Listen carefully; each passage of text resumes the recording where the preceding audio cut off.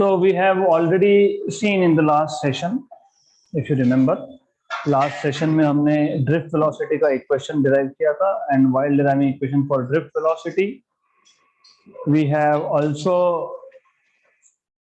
we came across a physical quantity जिसको हमने नाम दिया था current density. तो हम लास्ट सेशन में जब ड्रिफ्ट वेलोसिटी का इक्वेशन डिराइव कर रहे थे तो ड्रिफ्ट वेलोसिटी के इक्वेशन में एक ऐसा क्वांटिटी आया था which is current density I by T. तो नाउ हम लोगों को ये करंट डेंसिटी से रिलेटेड एक क्वेश्चन सॉल्व करना है और इन द लास्ट सेशन हमने ऑलरेडी ड्रिफ्ट वेलोसिटी का एक इक्वेशन डिराइव किया था. हमें पता था कि ड्रिफ्ट वेलोसिटी की वैल्यू 10⁻⁴ या 10⁻⁵ मीटर पर सेकेंड आता है, but using an example we have seen कि yes it is 10⁻⁴. Similarly, now we want to find out what is the value of current density. So a copper wire of radius 0.6 mm. आपके पास एक copper wire है जिसका आपको radius दिया है आपको 0.6 mm. तो 6.6 mm मतलब 0.6 into 10⁻³ मीटर, मतलब 6 into 10⁻⁴ मीटर. ये आपके पास है radius. Assuming the current to be, अच्छा आगे बोला है a copper wire of radius 0.6 mm carries a current of 1 ampere. So this is a current of 1 ampere. Assuming the current to be uniformly distributed over a cross-sectional area, find magnitude of current density. तो आपको बोला है, आपसे पूछा है, you're supposed to find out what is current density J, and as I told you कि current density का equation है current upon area. So formula that you will be using is current density is current upon area. Simple. Question is simple. सिर्फ यहाँ पे calculations कैसे करने हैं that is important thing. तो याद रखना, this question is really simple. So now, of course, current density is current upon area और area of wire, cross-sectional area of wire का शेप क्या होता है? सिलेंड्रिकल. तो क्रॉस सेक्शन क्या होगा? सर्कल का एरिया क्या होता है? pi r square. So this is pi r square. तो j equal to I की वैल्यू है 1. pi रेडियस आपके पास है 6 into 10⁻⁴. 6 into 10⁻⁴ का स्क्वायर. तो आपको मैंने पहले भी बताया था कि पाई की वैल्यू होती है 3.14, 1/pi की वैल्यू आती है 0.314. This is approximate. Exact value is 0.318. So 1/pi मतलब 0.318. Then you have 1/6 square. That is 36. ये आ गया आपका 36. और 10⁻⁴ का स्क्वायर 10⁻⁸. वो ऊपर जाएगा तो 10⁻+8. गुड. तो अब ऐसा करेंगे, ये जो 10⁻+8 है, हम इस 10⁻+8 को लिख लेंगे 100 into 10⁻6, क्योंकि 10⁻8 मतलब 10⁻2 into 10⁻6. और नीचे जो 36 है इसको हम लिखेंगे 9 into 4. क्यों? क्योंकि इस 1 का this is 25. And also what we will do is, ये जो 0.318 आ रहा है इसको मैं लिख लूंगा 3.18 into 10⁻−1. 0.318 मतलब 3.18 into 10⁻−1. ये 10⁻−1 और 10⁻+6 10⁻5. तो यहाँ जाएगा आपके पास 10⁻5.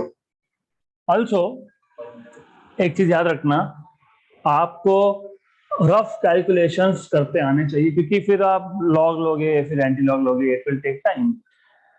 ऊपर 3 नीचे 9, 1/3. ऊपर 3 है नीचे 9 है तो 1/3. 25/3. What is 24/3? 8. 25/3 is 8 point something. तो ये आपका ओवरऑल सब सॉल्व करने के बाद आएगा 8.84 into 10⁻5. खत्म answer. And bye the way, J is I by A. I is in ampere and A is in metre square. तो ये आ गया आपका ampere per metre square. Done. Simple question. All right, so let's go ahead with next topic. तो अब अगला topic है Ohm's law. तो आई होप कि आपने ओम्स लॉ के बारे में पहले सुना होगा. Have you heard of Ohm's law? Yes. What is Ohm's law? What is Ohm's law? तो बेसिकली अगर आपको याद होगा, हम लोग यहाँ बात कर रहे हैं करंट की. हम लोग यहाँ बात कर रहे हैं करंट की, राइट? तो करंट के लिए चाहिए कंडक्टर. तो अगर आपको बेसिक्स याद है, हमने 2 दिन से हम यही ले रहे हैं basically.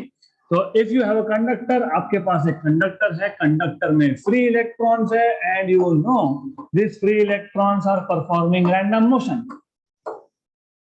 This electrons are moving randomly. So these electrons, कोई इलेक्ट्रॉन कहाँ जा रहा है, कोई इलेक्ट्रॉन कहाँ जा रहा है. So they are in completely random direction. They are moving in completely random direction. अब what happens is, as soon as you apply a potential difference, a battery, electric field, आप इसमें से कोई भी वर्ड यूज कर सकते हैं. You can say apply a potential difference, apply, connect a battery. So if you connect a battery or you apply a potential difference, so what does that mean? Basically, if अगर आपको याद होगा, battery connect करने का मतलब क्या? Battery connect करने का मतलब ये कि इस कंडक्टर के अंदर एक इलेक्ट्रिक फील्ड अप्लाई करना. And the direction of electric field is from positive to negative. So as soon as you connect a battery, all the electrons start moving from negative terminal towards the positive terminal. Basically, electrons are moving from negative to positive terminal. लेकिन current का direction उल्टा देते हो. Conventional current is taken opposite to the direction of motion of electrons.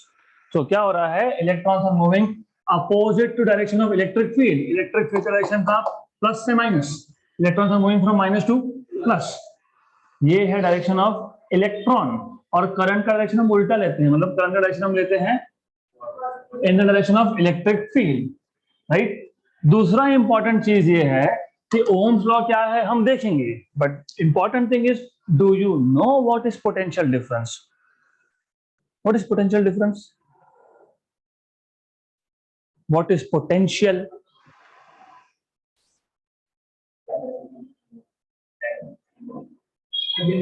Ability of what? What is potential?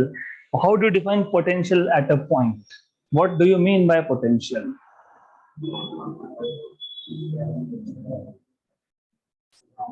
आप लोगों को इसके लिए मैंने बताया था कि इलेक्ट्रोस्टैटिक्स के बेसिक्स पता होने चाहिए. No problem if you don't know. See the idea is, थोड़ा टाइम लगेगा, no issues, but you need to understand कि पोटेंशियल और पोटेंशियल डिफरेंस क्या होता है, पोटेंशियल एनर्जी क्या होता है, फोर्स क्या होता है, इलेक्ट्रिक फील्ड क्या होता है. तो सबसे पहले यू नीड टू नो कि जब आप दो चार्जेस की बात करते हो, you have two positive charges, they repel each other with a force which is given by 1/4 pi epsilon 0 q1 q2 by r square. सबसे पहले ये पता होना चाहिए. ऐसा क्यों होता है? क्योंकि किसी भी चार्ज के सराउंडिंग में एक रीजन होता है जहां पे अगर दूसरा चार्ज आया तो it will experience force. The region surrounding any charge in which if other charge is brought it experiences force, that region is called as electric field. First thing. Then अब ऐसा है, think, पहले यहाँ पे एक भी चार्ज नहीं था, अब हम पहला चार्ज ला रहे हैं इंफिनिटी से. हमने पहला चार्ज इंफिनिटी से लाया और यहाँ पे रख दिया पॉइंट ए पे. No work is done. Work done कब होता है? जब वहां पे अपोज करने वाली फील्ड हो. एग्जाम्पल, अगर जमीन पे एक बॉल पड़ा है, आप उसको उठा के कहीं पे रख रहे हो, वर्क डन होगा? होगा.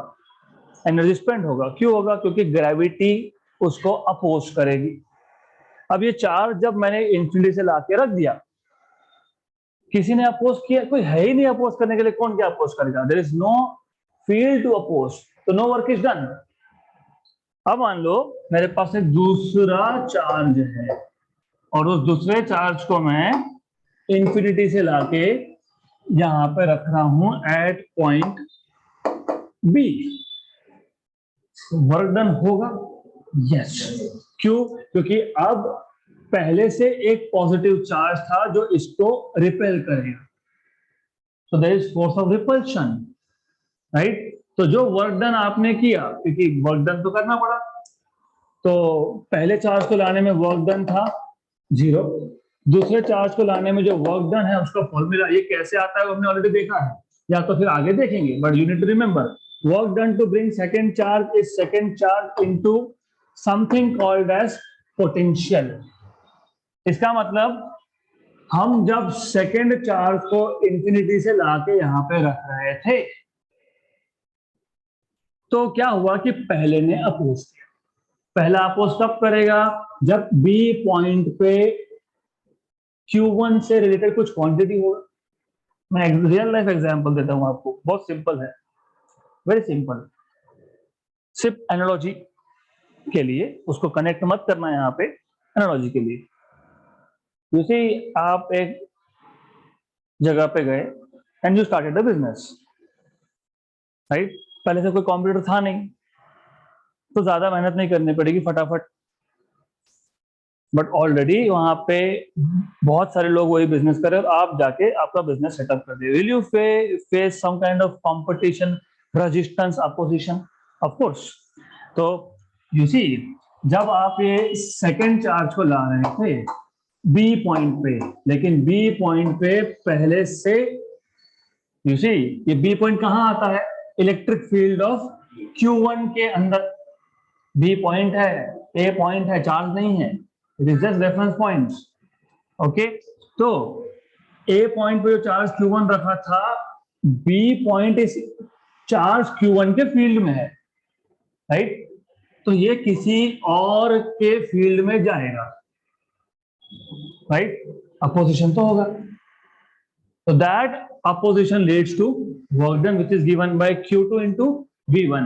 V1 is called as potential of charge 1 at that point, और इसका फॉर्मूला होता है 1/4 pi epsilon 0 Q1 by R. R is distance. Is this clear? तो पोटेंशियल का पहले तो फॉर्मूला समझ लो, अब आगे हम देखेंगे, we'll see how to define potential again. So by the way, ये जो वर्क डन आएगा, दिस इज Q2, और V1 कितना है? 1/4 pi epsilon 0 Q1 by R. तो वर्क डन का फॉर्मूला क्या है? टोटल वर्क डन कितना हो गया? पहले चार्ज को लाने में जितना वर्क हुआ, दूसरे चार्ज को लाने में जितना वर्क हुआ, क्योंकि दो ही चार्जेस है, is equal to 0 plus 1/4 pi epsilon 0 Q1 Q2 by R, right? So this is equal to 1/4 pi epsilon 0 Q1 Q2 by R total. This is total work done, right? But work is form of energy. Energy can neither be created nor be destroyed. तो कहाँ गया energy? It is store. कहाँ store हुआ? इस system में। ये work कहाँ से आया? पहले चार्ज को लाए, नो वर्क इज डन, क्योंकि कोई फोर्स अपोज करने के लिए कुछ था नहीं। दूसरा लाए, तो दूसरे को अपोज करने के लिए पहले का फील्ड था। Total work done to bring these two charges and keep it at point A and point B. Total work done कितना है आपके पास? 1/4 pi epsilon 0 Q1 Q2 by R. ये वर्क एनर्जी है। Energy can neither be created nor be destroyed. कहाँ गई energy? It is stored. कहाँ store हुआ? दोनों चार्जेस में। So it is stored in the system of charges, right? तो ये वर्क डन का फॉर्मूला याद रखना। Work done is given by this formula और potential energy is given by this formula, 1/4 pi epsilon 0 Q1 Q2 by R square. This is R, sorry, this is potential energy. हमें समझना है कि potential क्या होता है। तो एक बात समझ लो, पोटेंशियल डिफाइन करने के लिए, जैसे इलेक्ट्रिक फील्ड डिफाइन करने के लिए, आपको याद है इलेक्ट्रिक फील्ड कैसे डिफाइन किया था? इलेक्ट्रिक फील्ड डिफाइन कैसे किया था? नहीं याद होगा, मैं वापस याद दिला देता हूँ। वेट, इलेक्ट्रिक फील्ड आप डिफाइन ऐसे करते हो, आप बोलते हो कि देखो एक चीज समझ लो, अच्छे से शांति से सुन लो, आपके पास अगर एक चार्ज है, उसके सराउंडिंग में जब दूसरा चार्ज आएगा तो इट विल एक्सपीरियंस फोर्स। ये थियोरेटिकल डेफिनेशन है फील्ड का। The region surrounding a charge in which if another charge is brought it will experience force. The region surrounding that charge is called as electric field. Similarly, जैसे अब मैं, आप, ये सारे object, हम कहाँ पे है? अर्थ की ग्रेविटेशनल फील्ड में है, तो अर्थ हम पे क्या लगा रहा है? फोर्स लगा रहा है, करेक्ट? तो अर्थ की ग्रेविटेशनल फील्ड में है हम लोग, वैसे ही ये चार्ज किसकी फील्ड में गया? Q1 की फील्ड में, तो क्या एक्सपीरियंस करेगा? फोर्स। क्वेश्चन ये था कि क्या ये फोर्स हर पॉइंट पे सेम होगा? नहीं होता है। जैसे तुमने डिस्टेंस चेंज किया, फोर्स चेंज, क्योंकि it is inversely proportional to square of distance. जितना डिस्टेंस कम उतना फोर्स ज्यादा। तो किसी भी चार्ज की इलेक्ट्रिक फील्ड में, मतलब किसी भी चार्ज के सराउंडिंग स्पेस में, as you know, another charge is experience force and that too is not same, अलग अलग पॉइंट पे अलग अलग है, राइट? तो ये बताने के लिए कि कौन से पॉइंट पे कितना फोर्स होगा, इसके लिए हम डिफाइन करते हैं इलेक्ट्रिक फील्ड को। और इलेक्ट्रिक फील्ड डिफाइन करने के लिए आप छोटा सा काम करते हो, आप बोलते हो coulomb force is the force between two charges. Electric field is the force experienced by unit positive charge. Field किसका है? पहले चार्ज का, इसको हम बोलते हैं सोर्स चार्ज। फोर्स एक्सपीरियंस कौन कर रहा है? सेकंड, इसको हम बोलते हैं test charge. Electric field define करने के लिए सिर्फ आपको Q2 को, टेस्ट चार्ज को +1 कूलम करना है। To define electric field, you calculate how much is the force. किसने एक्सपीरियंस किया? यूनिट पॉजिटिव चार्ज ने। How much is the force experienced by unit positive charge? That is electric field. मतलब force और electric field कोई अलग अलग quantities नहीं है। क्लियर? अब इमेजिन, समझा क्या? मैं सिर्फ इतना बोल रहा हूं, एक चार्ज था, उसका फील्ड है, उसमें मैंने +1 कूलम का चार्ज रख दिया। +1 कूलम चार्ज फोर्स एक्सपीरियंस करेगा, वो जितना भी फोर्स एक्सपीरियंस करेगा उसको बोल देंगे इलेक्ट्रिक फील्ड। आप कूलम्स में, कूलम्स लॉ में क्या बोलते हो? F = 1/4πε0 Q1 Q2 by r²। Correct? मैं सिर्फ इतना बोल रहा हूं, Q2 की जगह पे +1 कूलम होना चाहिए, दैट्स इट। अगर Q2 टेस्ट चार्ज +1 हो गया तो इलेक्ट्रिक फोर्स को इलेक्ट्रिक फील्ड बोलेंगे, दैट्स इट, नाम चेंज कर देंगे। गुड। अब जरूरी नहीं है कि हमारे पास +1 कूलम चार्ज होगा ही, नॉट रिक्वायर्ड। नहीं है मेरे पास +1 छोड़ के सब कुछ है, 2 है, 1.5 है, 3 है, 3.5 है, +1 नहीं है, फिर इलेक्ट्रिक फील्ड डिफाइन ही नहीं करेंगे हम लोग। बोलेंगे छोड़ो, हमारे पास कहाँ +1 कूलम चार्ज है, why should we define electric field? तो वैसा नहीं चलता, you have to be smart. Condition क्या था? इलेक्ट्रिक फील्ड डिफाइन करने के लिए force experience by 1 coulomb charge. नहीं है, नहीं है, ठीक है, कोई बात नहीं, एक काम करो, नहीं है ना, तो बोलो जो है वो है। अब ये जो फोर्स है, ये दो चार्जेस के बीच में हो गया। सोर्स चार्ज कौन सा था? Q1। टेस्ट चार्ज कौन सा है? Q2। क्या होना चाहिए? 1।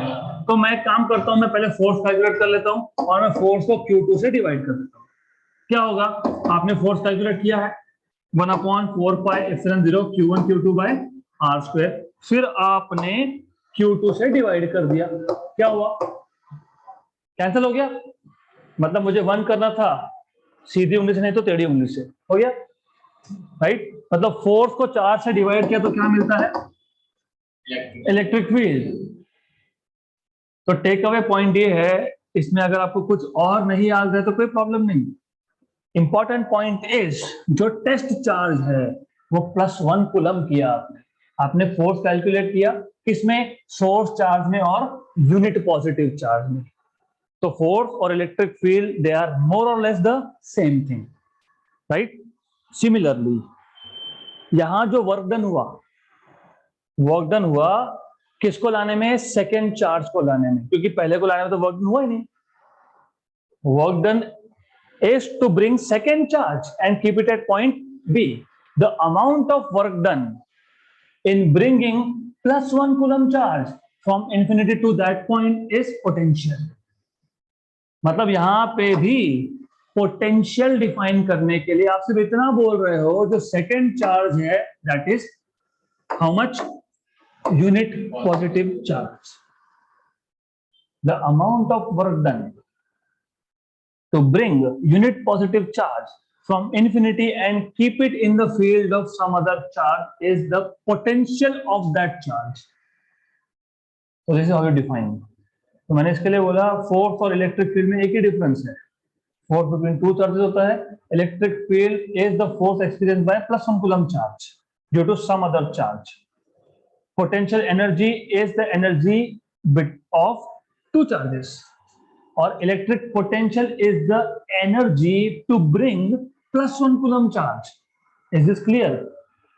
पोटेंशियल का मतलब समझा? मैं वापस एक बार अटेम्प्ट करता हूं because that is the problem. मैं इसलिए बोल रहा था कि इलेक्ट्रोस्टैटिक्स के बेसिक्स चाहिए. लॉजिकल बहुत सिंपल है. This is extremely simple. पहला चार्ज आप लाए, कहां से लाए? इंफिनिटी से. इंफिनिटी से लाए. इंफिनिटी से क्यों लाए? ये हमने इन डिटेल कवर किया है इन स्टेटबुक थ्योरी, राइट? तो इन्फिनिटी से क्यों लाए वो एक बार लेक्चर्स देखो. तो इन्फिनिटी से लेके आए हम लोग पहले चार्ज को. पहले चार्ज को लाने में वर्क डन हुआ क्या? नहीं. क्यों? क्योंकि अपोज करने के लिए कुछ था ही नहीं. जब आप सेकंड चार्ज को लाए इन्फिनिटी से और यहां पे रख दिया, वर्क डन हुआ? Yes. Work done, this work done is given by 1/4 pi epsilon 0 q1 q2 by distance. ये डेफिनेशन है वर्क का. डेफिनेशन. वर्क क्यों हुआ? क्योंकि दूसरे चार्ज को जब ला रहे थे तो पहला क्या कर रहा था? Oppose. Work is energy. Energy क्या? Neither be created nor be destroyed. कहां गया energy? Energy stored in the system of charges. यहां पे स्टोर हो गया एनर्जी, राइट? ये डेफिनेशन है पोटेंशियल एनर्जी का. हमें डिफाइन करना है पोटेंशियल. एक ही चेंज, सिंगल चेंज. ये जो Q2 चार्ज है इसको बना दो प्लस 1 कूलम. फिर आप डिफाइन कैसे करोगे? आप बोलोगे the amount of work done in bringing plus 1 coulomb charge. Plus 1 मतलब यूनिट पॉजिटिव चार्ज. मैथमेटिक्स में यूनिट का मतलब होता है 1. प्लस 1 मतलब प्लस मतलब पॉजिटिव, 1 मतलब यूनिट. तो amount of work done to bring unit positive charge is defined as potential. Is this clear? ये एक डेफिनेशन है पोटेंशियल का. दूसरा इजी है, दूसरा इज सिंपल. दूसरा you should know, electric field is defined as potential पर यूनिट लेंथ. इसलिए मैंने बताया था इलेक्ट्रिक फील्ड के दो डेफिनेशन. एक फोर्स अपॉन चार्ज मतलब न्यूटन पर मीटर. एक पोटेंशियल पर यूनिट लेंथ मतलब वोल्ट पर मीटर. तो यहां से भी आप डिफाइन कर सकते हो potential is electric field into length. तो ये दूसरा डेफिनेशन है पोटेंशियल का, electric field into length, right? Newton पर कूलम. ओके, न्यूटन पर coulomb, no problem. I know you are all smart student, so कोई इश्यू नहीं. तो न्यूटन पर कूलम, वोल्ट पर metre, is going to be volt पर metre. Okay, तो potential क्या है? Electric field into length. तो there are two definitions of potential. एक जिसमें आप बोल रहे हो it is 1/4 pi epsilon 0 q1 by r. दूसरा is E into L. This is important. ये समझेगा तो ओम्स लॉ समझेगा. गुड. नाउ और थोड़ा बेसिक्स. ऐसा कुछ बुक में दिया नहीं है, but I want you to understand each and everything. अब एक बात बताओ, जब आप छोटा सेल लेके आते हो उस पर लिखा होता है 10 वोल्ट, फिर आपने वो सर्किट में लगा दिया. What does that mean? इसका मतलब ये होता है कि इस पॉइंट पे पोटेंशियल है 0. इस पॉइंट तक आते आते मतलब अक्रॉस द लेंथ, कंडक्टर के लेंथ, पूरे लेंथ को क्रॉस करते करते वो बन जाएगा 10 वोल्ट. मतलब यहाँ 0 है, यहाँ 1 होगा, यहाँ 2 होगा, यहाँ 3 होगा, यहाँ 4 होगा, यहाँ तक आते आते हो गया 10 वोल्ट. Correct, right? तो जब आप बोलते हो कि मैंने 10 वोल्ट का बैटरी लगाया, इसका मतलब आपने कंडक्टर के एक एंड को 0 पोटेंशियल किया और दूसरे एंड को 10 पोटेंशियल किया। Is this clear? When you connect a battery of 10 volt, मतलब आपने कंडक्टर के एक एंड पे 0 पोटेंशियल लगा दिया, दूसरे एंड पे 10 पोटेंशियल लगा दिया, राइट? अब again sorry to go little bit off the topic, थोड़ा सा ऑफ टॉपिक जाना पड़ रहा है because I want you to compare things. तो आपको पता होगा हीट, हीट क्या है? Energy. It always flows from a region of high temperature to a region of low temperature। अगर आपको भरोसा नहीं है तो घर पे एक रॉड लो, रॉड का एक एंड आपके हाथ में रखो, दूसरे एंड को हीट करो। तो जिस एंड को हीट कर रहे हो it becomes high temperature, right? थोड़ी देर के बाद heat will reach your hand, मतलब heat is flowing from high temperature region to low temperature region। तो heat always flows from to low temperature, मतलब heat only flows when there is difference of temperature between 2 points।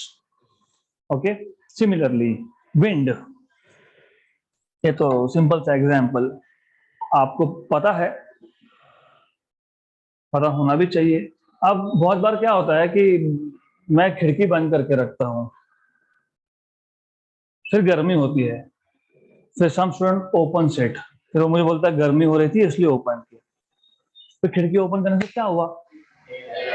Air क्या हुआ? Air circulate हुआ, मतलब wind flow हुआ।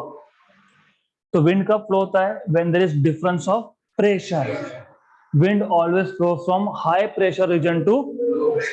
जब आपने इस क्लासरूम की, मतलब मैंने इस क्लासरूम के सारे खिड़की दरवाजे बंद करके रखे, तो यहाँ पे जो एयर है it becomes fluid at rest, क्योंकि एयर इज फ्लूइड मतलब एनीथिंग विच कैन फ्लो। तो it becomes enclosed air at rest, air is at rest, that is why you feel गर्म हो रहा है, क्योंकि एयर इज नॉट सर्कुलेटिंग। जैसे खिड़की खोला तो मतलब एक खिड़की और एक दरवाजा खोलना पड़ेगा, देन वहां पे अगर ज्यादा प्रेशर है, यहाँ पे अगर कम प्रेशर है, तो wind starts flowing from high pressure region to low pressure region. ये तो पता होना ही चाहिए, क्योंकि अपने कंट्री का पूरा हिस्ट्री इसकी वजह से हुआ। क्यों हुआ ऐसा? क्यों हुआ? Simple reason. नहीं, not Himalayas, no not Himalayas, okay, not Himalayas. You see this is our planet earth. यहाँ पे है नॉर्थ पोल, यहाँ पे है साउथ पोल, यहाँ पे है equator. Have you ever thought कि हमारी कंट्री में ही सबसे ज्यादा इन्वेजन क्यों है? There are 2 reasons, there are actually more than 2 reasons. एक तो definitely our country was culturally rich and it was rich in all terms, fertile land, education शुरू से था यहाँ पे, ओके। देन दूसरा रीजन था फिजिक्स। क्यों? क्योंकि north pole is at high pressure, equator is at low pressure. अब आज से 300-400 साल पहले, this is our country here, 300-400 साल पहले कोई फ्लाइट्स तो थे नहीं। इन्वेटर्स बोलेंगे कि ठीक है, I will take a flight and invade India, ऐसा तो था नहीं। शिप भी थे नहीं, इंजन था नहीं, पेट्रोल डीजल का तो आता पता ही नहीं था। They did not know what is this oil coming from inside the ground। तो तब क्या था कि तब शिप बनाते थे और एक बड़ा सा पर्दा लगा देते थे। अब पर्दा मतलब विंड जब ब्लो होगा तो फिर जिस डायरेक्शन में विंड ब्लो होगा उसी डायरेक्शन में जाना है उसको। Simple, wind will flow from high pressure to, मतलब वो Europeans they can come here, that is how they reached our country। of course land routes तो थे ही, but this is how you see। अगर आपको पता होगा तो वास्को द गामा कहाँ पहुंचा वो? of course coastal region, ship से। French, Portuguese, Pondicherry, Portuguese came there by ship, all of them by ship।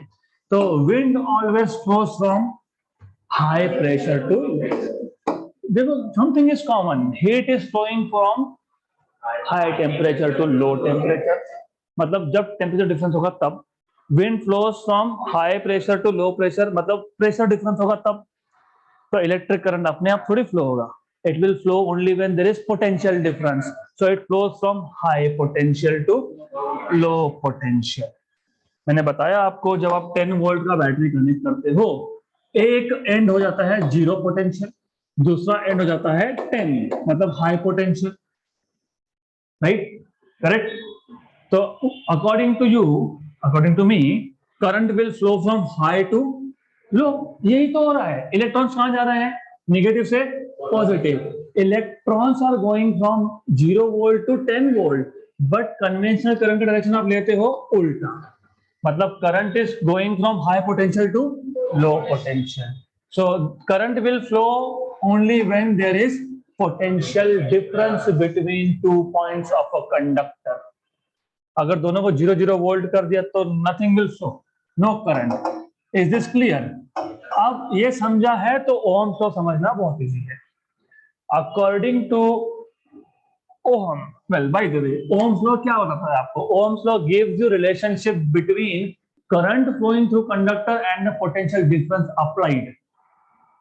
So the relationship between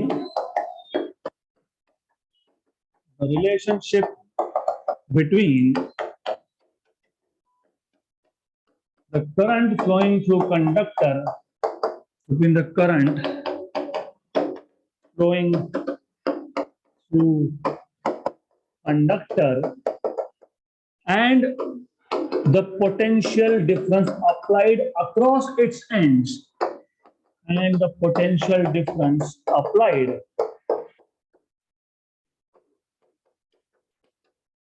across its ends, across its ends क्यों बोल रहा हूं? क्योंकि potential difference मैंने एक और दूसरे एंड पे अप्लाई किया। सेल तो आपने दो एंड पे लगाया ना, किस सेल अंदर जाके लगाया? You are connecting one terminal to one end of the conductor and other to the other end.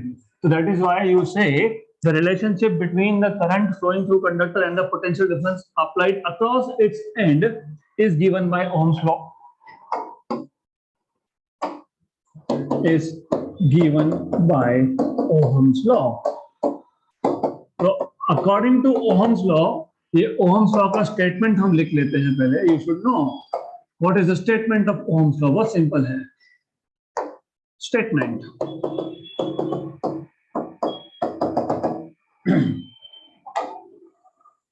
It states that, बहुत सिंपल, अभी अभी मैंने बताया, जितना ज्यादा पोटेंशियल डिफरेंस लगाऊंगा, सपोज एक एंड को 0 पोटेंशियल पे रखा है, दूसरे को 10 पे, इलेक्ट्रॉन्स विल स्टार्ट फ्लोइंग। जितना ज्यादा पोटेंशियल डिफरेंस लगाया उतना ज्यादा electrons flow.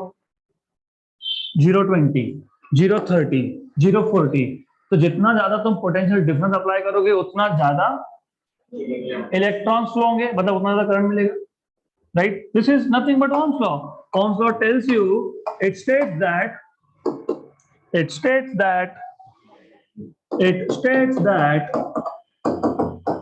the current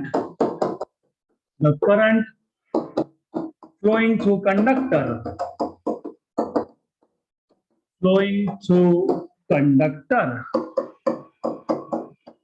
is directly proportional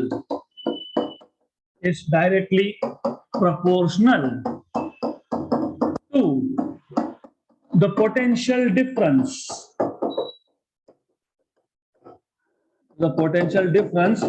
applied across the ends of the conductor. Is this clear? जितना ज्यादा पोटेंशियल डिफरेंस होगा उतने ज्यादा इलेक्ट्रॉन्स फ्लो होंगे, जितने ज्यादा चार्जेस फ्लो होंगे उतने ज्यादा चार्जेस पर सेकंड एक गिवन क्रॉस सेक्शन क्रॉस करेंगे, और by definition charge flowing per unit time is current. ज्यादा पोटेंशियल डिफरेंस मतलब ज्यादा चार्जेस जाना होगा, ज्यादा करंट होना। So according to Ohm's law, electric current is directly proportional to potential difference applied across the ends of conductor. Is this clear? एक condition है इसमें, प्रोवाइडेड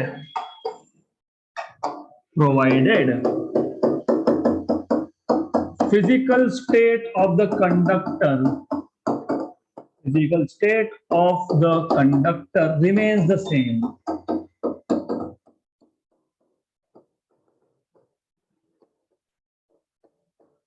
इसका मतलब ये कि जब आपने एक बार बैटरी कनेक्ट कर दिया, उसके बाद आप कंडक्टर का लेंथ चेंज नहीं कर रहे हो, आप कंडक्टर का एरिया चेंज नहीं कर रहे हो, आप कंडक्टर का टेम्परेचर चेंज नहीं कर रहे हो, आप कंडक्टर का शेप चेंज नहीं कर रहे हो. This is what it means.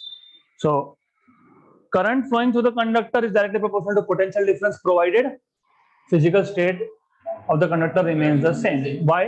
आपको बाद में समझेगा ये कि अगर लेंथ चेंज की तो करंट चेंज हो जाएगा, राइट? तो बैटरी कनेक्ट करने से पहले जो करना है वो कर लो, but once you connect battery you can not change anything. बाद में आपको समझेगा जितना ज्यादा अगर लेंथ चेंज किया तो भी करंट चेंज होगा, क्योंकि लेंथ चेंज करने से रेजिस्टेंस चेंज होता है.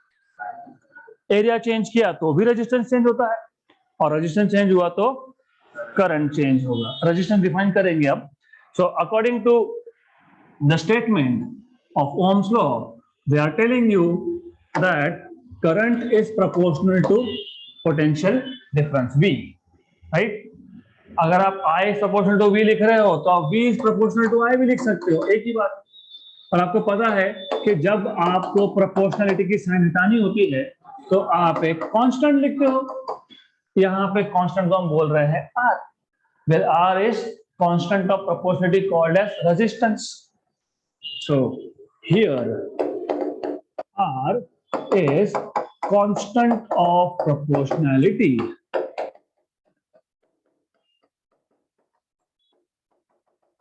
known as resistance. तो बेसिकली ओम तो इतना ही है, दैट्स इट. जितना ज्यादा पोटेंशियल डिफरेंस उतना ज्यादा करंट, मतलब potential difference is proportional to current. तो potential difference is some constant into current. This constant of proportionality is called as resistance of the conductor. Resistance क्या मेजर करता है? Opposition to the flow of current. Resistance मतलब opposition to the flow of current. Simple. The resistance measures opposition faced by the electrons, क्योंकि face तो करेगा ना. Do you remember, आपको याद है इसके अंदर, किसके अंदर? हाँ, कोर्स. पॉजिटिव कोर्स थे, पॉजिटिव आयॉन्स थे. तो जब इलेक्ट्रॉन जाने की कोशिश कर रहा था तो ये वाइब्रेट हो रहे थे, और because of vibration electrons were undergoing collision. मतलब this positive ions were actually opposing motion of electrons.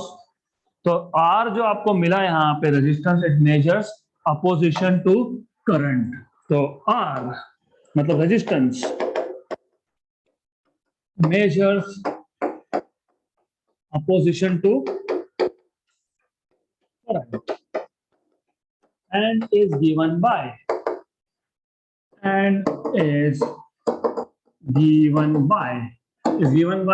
R equal to V by I, right? हाँ, R equal to V by I. अब well, अभी जो अगली चीज मुझे बतानी है, इसके लिए मुझे आपसे ये समझना है, पता करना है, what is equation of a straight line? Y equal to mx plus c. अगर मेरे पास एक लाइन है, स्ट्रेट लाइन है, इसका इक्वेशन होता है y equal to mx plus c. c is y intercept, मतलब ये लाइन y एक्सिस को जहां कट करेगा दैट इज c, राइट? अब अगर मेरे पास एक लाइन है जो ओरिजिन से पास हो रहा है, तो ये y एक्सिस कहां कट कर रहा है? ओरिजिन, मतलब कहां पे? 0 पे. तो c की वैल्यू क्या हो गई? 0. तो equation of line passing through origin is y equal to mx. Good. अब where m is slope. Slope कैसे फाइंड करते हो? y2 minus y1 upon x2 minus x1. या फिर अगर आपको एंगल पता है तो tan थीटा. गुड. अगर एंगल पता है तो अब इमेजिन, अभी आपको ऐसा एक्सपेरिमेंट आना चाहिए और आएगा शायद. तो आपको बोलेंगे एक कंडक्टर है आपके पास एक पोटेंशियल डिवाइडर अरेंजमेंट है। पोटेंशियल डिवाइडर अरेंजमेंट में क्या होता है कि आप पोटेंशियल को बढ़ा सकते हो धीरे धीरे, 0 वोल्ट, फिर 5 वोल्ट, फिर 10 वोल्ट, फिर 15 वोल्ट। तो एक्सपेरिमेंट में आपको बोलते हैं कि increase the value of potential applied by in steps by 5 volt और 10 वोल्ट जो भी होगा, एंड मेजर करंट। तो आप क्या करोगे, आप पोटेंशियल को बढ़ाओगे, पहले 0, फिर 10, फिर 20, 30, 40, और करंट मेजर करोगे। करंट मेजर कैसे करते हो, एमीटर, राइट। फिर आइडियली क्या होगा, you will get some points. 0 के लिए 0, 0 पोटेंशियल डिफरेंस के लिए करंट इज 0। 10 के लिए सम वैल्यू, सम वैल्यू कुछ भी एक वैल्यू हो सकती है, मान लो 10 के लिए 10 आ गया, फिर 20 के लिए 20 आ गया।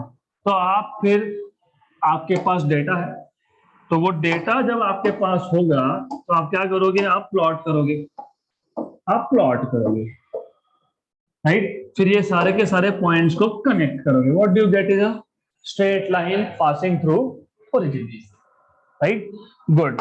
इसका मतलब what I can do is, मैं एक्स एक्सिस की जगह पे लिख सकता हूं आई, और मैं वाई एक्सिस की जगह पे लिख सकता हूं वी।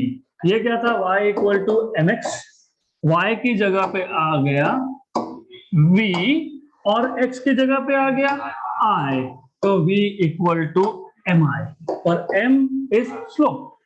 लेकिन हमारे इक्वेशन में r, मतलब बेसिकली अगर आपको ग्राफ से रेजिस्टेंस निकालना होगा तो स्लोप निकालो। पता होगा ना, रीडिंग किसने लिया, आपने। क्या किया आपने, पहले 5 वोल्ट किया, फिर 10 किया, फिर 15 किया, मतलब वोल्टेज तो पता है। और जब आपने 5 किया तो आपने करंट मेजर किया, फिर जब आपने 10 किया वापस से करंट मेजर किया। मतलब ये जो पॉइंट्स आपको मिले थे तो रीडिंग वैल्यूज पता थे तो मिले थे ना, राइट। तो स्लोप कैसे निकालते हो,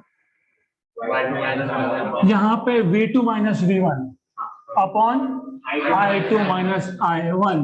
तो इसका मतलब आप ग्राफिकली भी रेजिस्टेंस निकाल सकते हो। गुड। बुक्स में नहीं बताते, ऐसा पता होना चाहिए, you should know this. Okay, good. Then अब ये जो आपको V equal to I R equation मिला, V equal to R into I, ये आइडियल इक्वेशन है। आइडियल मतलब थियोरेटिकल। याद रखना, फिजिक्स में बहुत सारे ऐसे आइडियल केसेस आएंगे। Ideal cases exist only in theory, practically मिलता ही नहीं है। You will come across many equations, ideal gas equation, ideal ये, आइडियल वो आइडियल सिर्फ थियोरेटिकल होता है, प्रैक्टिकल नहीं। तो ये जो इक्वेशन है, दिस इक्वेशन अगर मैं ग्राफ पे प्लॉट करता हूं तो क्या मिलना चाहिए, a straight line passing through origin. मतलब आइडियली हमारे जो भी कंडक्टर्स है they should show this graph, straight line passing through origin. Bye the वे, इसको एक स्पेसिफिक नाम है। ये जो ग्राफ है ना, किसका ग्राफ, वोल्ट पोटेंशियल डिफरेंस का और करंट का, इसको ग्राफ नहीं बोलते यहाँ पे, इसको बोलते हैं IV characteristics, VI characteristics. Characteristics नाम देते हैं इसको, है ग्राफ ही, नाम कैरेक्टरिस्टिक्स देते हैं। तो ये जो आपको स्ट्रेट लाइन मिली पासिंग थ्रू ओरिजिन, ये कैसे ड्रॉ किया, यूजिंग थियरी। मतलब ये कौन सा केस था, आइडियल केस था। तो आइडियल कंडक्टर, आपको अगर आपके पास एक आइडियल कंडक्टर है और आइडियल कंडक्टर के केस में आप पोटेंशियल चेंज कर रहे हो, करंट मेजर कर रहे हो, पोटेंशियल चेंज कर रहे हो, करंट मेजर कर रहे हो, तो आपको एक स्ट्रेट लाइन मिलना चाहिए पासिंग थ्रू ओरिजिन। ये आइडियल केस है। But practical conductor real life, जैसे कॉपर हो गया, आयरन हो गया, they don't show exactly the same behaviour. जो गुड कंडक्टर्स की हम बात करते हैं ना, copper, iron, they don't show exactly this behaviour. वो इन दैट केस वो थोड़ा सा चलते हैं along straight line, then at higher voltages वो थोड़ा सा डाइवर्ट होना चालू हो जाते हैं, so they start diverting little bit, थोड़ा सा उनका डाइवर्जन चालू हो जाता है। तो this line corresponds to good या फिर प्रैक्टिकल कंडक्टर्स। ओके, तो straight line passing through origin, ideal. Straight line passing through origin but diverting at higher voltages is good conductors, practical conductors. यहां तक क्लियर? अगर यहां तक क्लियर है तो हम अभी आगे कुछ बता सकते हैं। Now you should no resistance आपने डिफाइन कर दिया V by I, and you should no, always you should no, जब भी हम एक नया फिजिकल पैरामीटर डिफाइन करते हैं तो उसका SI यूनिट बताना पड़ता है। हमेशा याद रखना, जब जब आप नया फिजिकल पैरामीटर लाओगे तब तब आप उसका SI यूनिट डिफाइन करोगे। तो what is SI unit of resistance? हाँ, लेकिन उसका नाम है इज ओहम और denoted by this symbol, right. और जब जब नया यूनिट आया तो उसका डेफिनेशन चाहिए। मतलब मैं ये पूछ रहा हूं, जैसे if I ask you what do you mean by 1 metre, how much is 1 metre? I was expecting this. Then I will ask you how much is 1 centimetre? Millimetre में बोलोगे, फिर मैं बोलूंगा 1 मिलीमीटर मतलब कितना, फिर आप बोलोगे 10⁻³ मीटर, फिर मीटर से स्टार्ट करके वापस मीटर पे आ गए। द आइडिया हियर इज, नहीं, it is actually very interesting. हमने अभी तक कभी सोचा नहीं ना ऐसा। हम जाते हैं मार्केट में सब्जी लेने, बोलते हैं 1 किलो सब्जी दे दो, वो वेइंग पैन में 1 किलो का पत्थर रख दिया, फिर वो बैलेंस करते हैं। डिड यू आस्क योरसेल्फ कि वही पत्थर को 1 किलो क्यों बोला? यस। तो सबसे पहले ही चैप्टर में मैंने बताया था, आप जब कोई भी यूनिट डिफाइन करते हो तो 3 कंडीशंस होते हैं। 3 conditions. Number 1, it should be accepted globally. जैसे 1 मीटर, अब मैं बोल दूंगा मेरे हाथ का लेंथ मतलब 1 मीटर। अब तुम ही नहीं expect, even you people hardly 15, 20, 30, 100 इस क्लास में, आप लोग ही उसको मानने नहीं वाले। आप बोलेगे आप तो हाथ का लेंथ क्यों, मेरे हाथ का लेंथ क्यों नहीं 1 metre?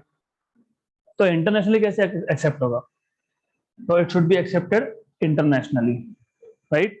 Number 2, it should not change from location to location.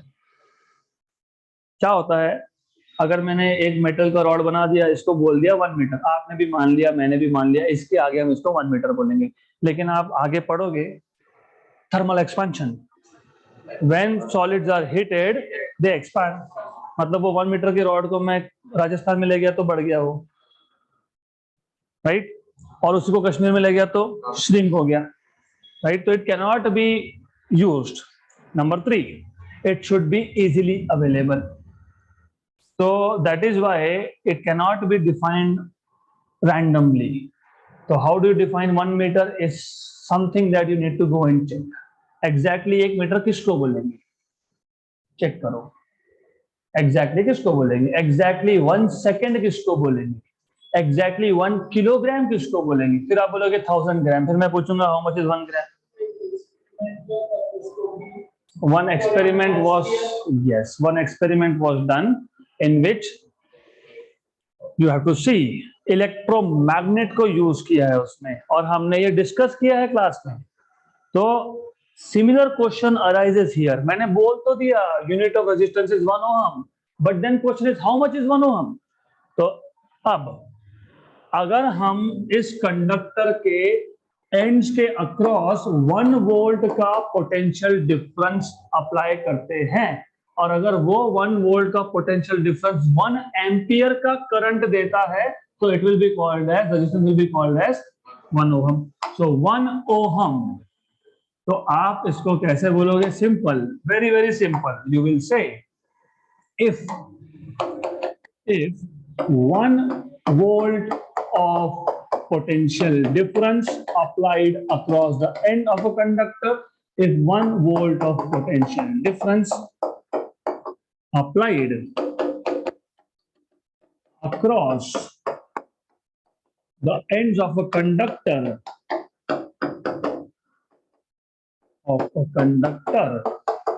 produces a current of 1 ampere, produces a current of 1 ampere, then the resistance of the conductor is said to be 1 ohm. Then the resistance of the conductor is said to be 1 ohm, right? Simple. This is how you define 1 ohm. Good. आगे देखो, ऐसा है, इस chapter की शुरुआत में पहले ही lecture में मैंने बताया था कि what are different states of matter, solid, liquid, gases. सॉलिड में 3 type, conductor, bad conductor, insulator.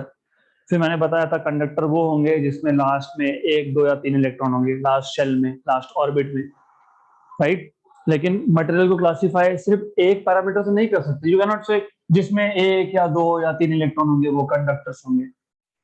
You have to basically categorize, classify any substance, material based on some values.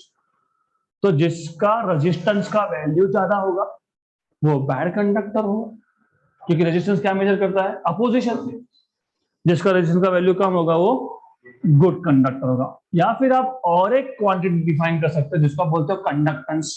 तो रेसिप्रोकल ऑफ रेजिस्टेंस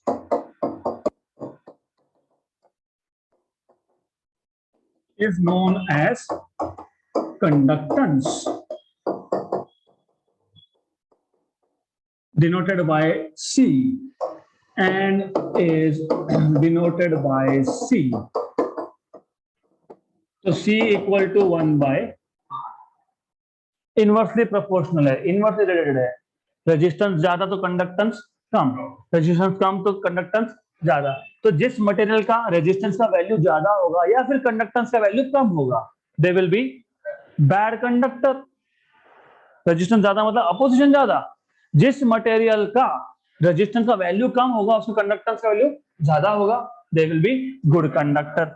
और जैसे मैंने बोला, as soon as you have a new physical quantity, units, तो resistance का unit क्या था? ओम। तो कंडक्टेंस का क्या आएगा? 1 अपॉन ओम। इसको बोलते हैं siemens. So SI unit of conductance is 1 by ohm, which is called as Siemens, which is called as Siemens. Okay, नाम है। बोलेगे क्यों? वे ओम क्यों नाम है? फिर जिस साइंटिस्ट ने वो थ्योरी दिया है उसके नाम से है, वो भी उसके नाम से होगा, राइट? ऐसे तो फिर हर चीज को वोल्ट क्यों बोला? No, there was no, I will tell you something later after this class. Okay, so is this clear? So if this is clear, we should solve only one small example, very small example related to Ohm's law. A flashlight uses two. This is important. A flashlight is using two 1.5 volt batteries to provide a steady current of 0.5 ampere in the filament. Determine the resistance of glowing filament. So what is given to you is कितना voltage है? 3 volt. Very good, क्योंकि 2 है, 2 कितने हैं? 1.5 के, मतलब कितना है? 3 वोल्ट। कितना करंट है? 0.5 एम्पियर। क्या फाइंड करना है? Resistance R। फॉर्मूला आपको पता है, R equal to V by I। Question खत्म हो गया। R equal to V by I, V is 3, I is half, 0.5 is 1 by 2, so 3 upon 1 by 2, this is 6, so R equal to 6 ohm. Done. That's it for today, and we will continue with more in the next session.